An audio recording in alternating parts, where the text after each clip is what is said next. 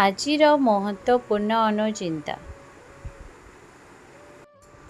ଠାକୁରଙ୍କର ପୂଜା ସକାଳ 5ଟାରୁ 8ଟା ମଧ୍ୟରେ କରନ୍ତୁ। ଘରେ ସୁଖ ସମୃଦ୍ଧି ବୃଦ୍ଧି ହୋଇଥାଏ ଏବଂ ଘର ଠାକୁରଙ୍କ ପୂର୍ବ ମୁହଁ କରି ପୂଜା କରନ୍ତୁ।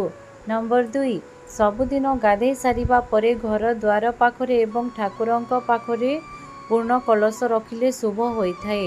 ନମ୍ବର 3, ଗୁରୁବାର ଦିନ ସୂର୍ଯ୍ୟାସ୍ତ ପରେ ଝିଟିପିଟି ଦେଖିଲେ ଠାକୁରଙ୍କ ଘରୁ ଅରୁଆ ଚାଉଳ ଆଣି ଝିଟିପିଟି ଉପରକୁ ପକାଇ ଦିଅନ୍ତୁ। ଯାହା ମାନସିକ କରି ଅରୁଆ ଚାଉଳ ପକାଇବେ ତାହା ନିଶ୍ଚୟ ପୂରଣ ହେବ।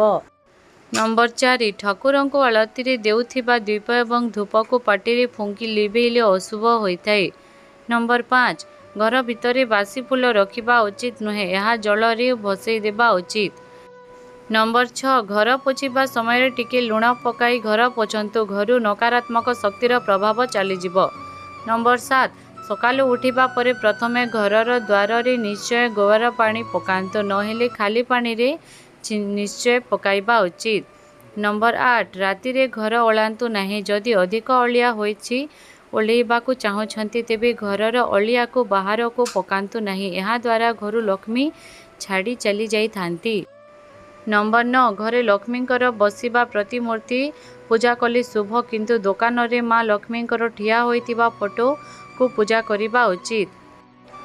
ନମ୍ବର 10, ପ୍ରତ୍ୟେକ ଗୁରୁବାର ଦିନରେ ଦ୍ୱାର ବନ୍ଧ ଧୋଇ ଝୋଟି ଦେଲେ ମା ଲକ୍ଷ୍ମୀ ସବୁବେଳେ ଘରେ ବାସ କରିଥାନ୍ତି। ଝୋଟି ଦେଖିଲେ ଅଶୁଭ ଶକ୍ତି ଘରକୁ ପ୍ରବେଶ କରିବାକୁ ଡରିଥାନ୍ତି।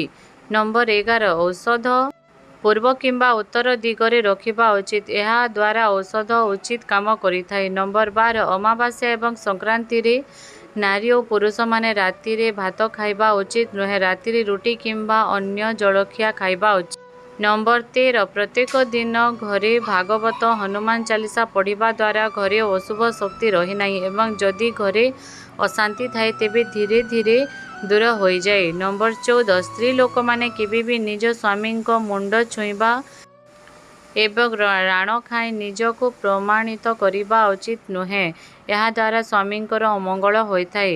ନମ୍ବର 15, ଅନ୍ଧାର ଘରେ ବସି ଖାଆନ୍ତୁ ନାହିଁ କି ଏକୁଟିଆ ବସନ୍ତୁ ନାହିଁ, ଅନ୍ଧାରରେ ଅଲକ୍ଷ୍ମୀ ବାସ କରିଥାନ୍ତି ଏବଂ ମନକୁ ବହୁତ କୁଭାବନା ମଧ୍ୟ ଆସିଥାଏ। ଧନ୍ୟବାଦ ଦର୍ଶକ ବନ୍ଧୁ, ଯଦି ଭିଡ଼ିଓଟି ଭଲ ଲାଗିଥାଏ ତାହେଲେ ଭିଡ଼ିଓକୁ ଲାଇକ୍ ଓ ମୋ ଚ୍ୟାନେଲକୁ ସବସ୍କ୍ରାଇବ୍